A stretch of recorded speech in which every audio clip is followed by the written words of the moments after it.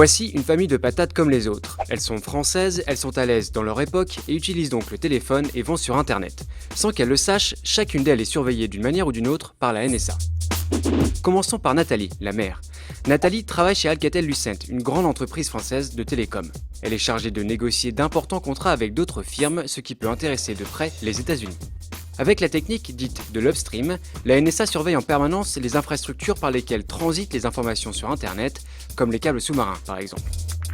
L'agence a donc mis en place une surveillance particulière pour le nom de domaine alcatellucent.com, ce qui lui permet d'intercepter les communications parfois sensibles de Nathalie.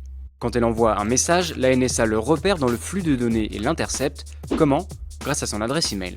Ainsi, dans l'un des courriels récupérés, la NSA apprend que Nathalie doit se rendre au Brésil pour une réunion très importante. Pour en savoir plus sur cette rencontre, l'agence dispose d'une arme puissante, Prism. Grâce à ce programme spécial qui récolte les données des grandes entreprises du web comme Google ou Facebook, la NSA peut partir à la recherche d'informations sur les personnes qui utilisent leurs services. C'est ici qu'intervient Samia, la cousine de Nathalie. Samia occupe elle aussi un poste à responsabilité dans une autre entreprise et il leur arrive souvent de discuter de leur travail en privé sur Facebook.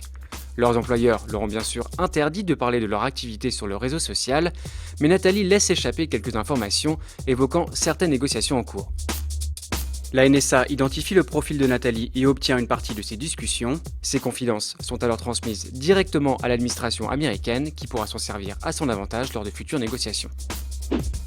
Kevin, lui, n'est pas vraiment d'un intérêt stratégique pour la NSA. Il est étudiant en droit et n'a pas spécialement envie de camp de vacances avec Al-Qaïda. Mais pendant son année Erasmus en Turquie, il s'est fait beaucoup de connaissances. Il ne le sait pas, mais son ami Emre est surveillé par les Américains. Il est soupçonné d'être proche des milieux terroristes. Depuis qu'il est revenu en France, Kevin appelle régulièrement Emre sur son téléphone. Leur conversation est automatiquement surveillée par la NSA, là encore avec la technique de l'upstream. Le contenu lui-même de l'appel, leurs propos, ne sont pas forcément enregistrés, mais ce qu'on appelle les métadonnées, oui. La date, la durée du coup de fil, l'identité des deux interlocuteurs, etc.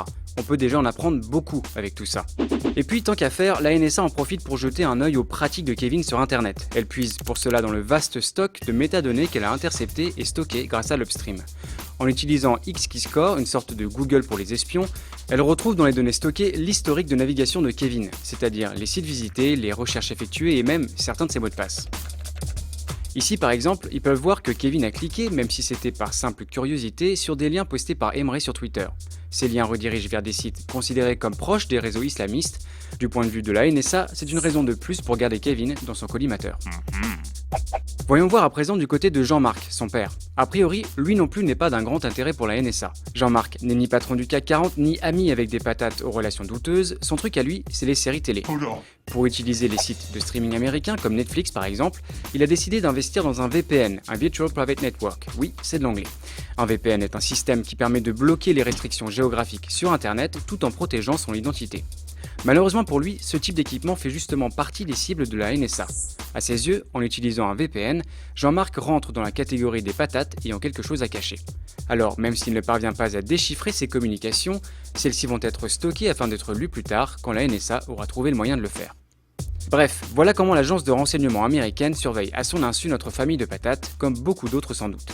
Récapitulons. Deux outils sont principalement utilisés. Prism, fruit d'un partenariat avec de grandes entreprises du web, partenariat dont ces entreprises nient l'existence, mais surtout l'upstream, une famille de programmes qui consiste à intercepter les communications qui transitent par les infrastructures d'Internet. Reste une question. Que peut-on faire pour empêcher ça au niveau légal ? Pour le moment, pas grand-chose. Si l'on se réfère au droit américain, la NSA peut espionner qui elle le souhaite, tant que la cible est étrangère. Au niveau international, personne ou presque ne s'insurge, peut-être au fond parce que tout le monde aimerait pouvoir faire la même chose.